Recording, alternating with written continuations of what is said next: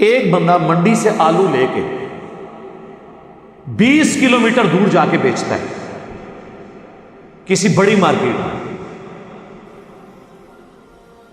کیا اس کا ریٹ اور جو منڈی سے لے کے منڈی کے ساتھ ہی ایک چھوٹی سی دکان پہ بیچتا ہے اس کا ریٹ برابر ہو سکتا ہے کبھی؟ کیوں کہ جو بڑی جگہ جا کے بیچ رہا ہے اس نے دکان کا کرایہ بھی تو دینا ہے نا، تو منافع کی شرح ہو ہی نہیں سکتی۔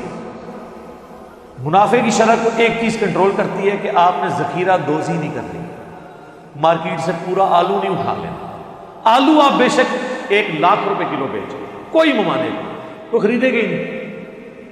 ہاں جی، لوگ کہتے ہیں نہیں منافع کی شرح نہیں رکھیں گے تو ظلم ہو جائے گا، اور رکھ لو نا منافع، کون لے گا تھوڑے کو؟ میں اگر لائف بوائے کی ٹکیا رکھ کے بیٹھ جاؤں کہ یہ 1,000 روپے کی لائف بوائے ہے، بیٹھا ہوں قیامت تک، کس نے خریدنا ہے؟ لیکن اگر میں دنیا سے سارا صابن اٹھا کے اور میں کہوں آج سے میں 1,000 روپے کی ٹکیا بیچ رہا ہوں، اب لوگوں کو ہاتھ پاؤں پڑ جائیں گے۔ یہ ہے ذخیرہ دوزی۔ آلو آپ 50 روپے کلو لے کے بے شک 100 روپے کلو بیچیں، بے شک 1,000 روپے کلو، کوئی حل نہیں، آپ سے کوئی خریدے گے نہیں، آپ مارکیٹ میں سروائیو کر ہی نہیں سکتے، لہذا منافع کی شرح نہیں ہو سکتی۔ F11 میں دکان کا کرایہ 50,000 روپے ہے، I10 میں اسی دکان کا کرایہ 20,000 روپے ہے۔ اب یہ کتنا بڑا ظلم ہے کہ I10 میں بندہ جو ہے وہ منڈی سے اٹھا کے جو 20 روپے کلو والا اگر 30 کا بیچ رہا ہے تو آپ F11 والے کو بھی کہیں وہ 30 روپے بھیجے، کیوں؟ اس کو تو جانے کا کرایہ بھی زیادہ پڑ رہا ہے، اس کی تو دکان کا بھی کرایہ زیادہ ہے۔ منافع کی شرح اسلام نے رکھی نہیں ہے۔ تو ہم کنہیں کہانیاں کرائیے کہ منافع کی شرح اسلام رکھے؟ اس واسطے دے ایک کروڑ جلداں دی کتاب چاہیے ہے ایک ایک چیز دے ریٹ لکھنے واسطے۔ اسلام نے جنرل کہا ہے بلیک مارکیٹنگ نہ ہو، جتنے مرضی کا بیچو۔ ایک بندہ کہتا ہے دودھ میں نے 300 روپے کلو بیچنا ہے، ٹھیک ہے بیچ لے، کون خریدے گا؟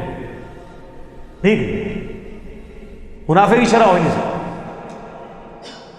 ایک بندہ خالص دودھ بیچ رہا ہے، ایک سپریٹا بیچ رہا ہے، یعنی ملائی نکلی ہوئی، دونوں کے ریٹ میں فرق ہے۔ اب آپ دونوں کو برابر ریٹ پہ تو نہیں لا سکتے، ہو ہی نہیں سکتے۔ اب آپ KFC کو کہیں گے وہ عام چکن کی طرح ریٹ لگائے، بھائی وہ کینڈنس والوں سے اٹھا رہے ہیں چکن،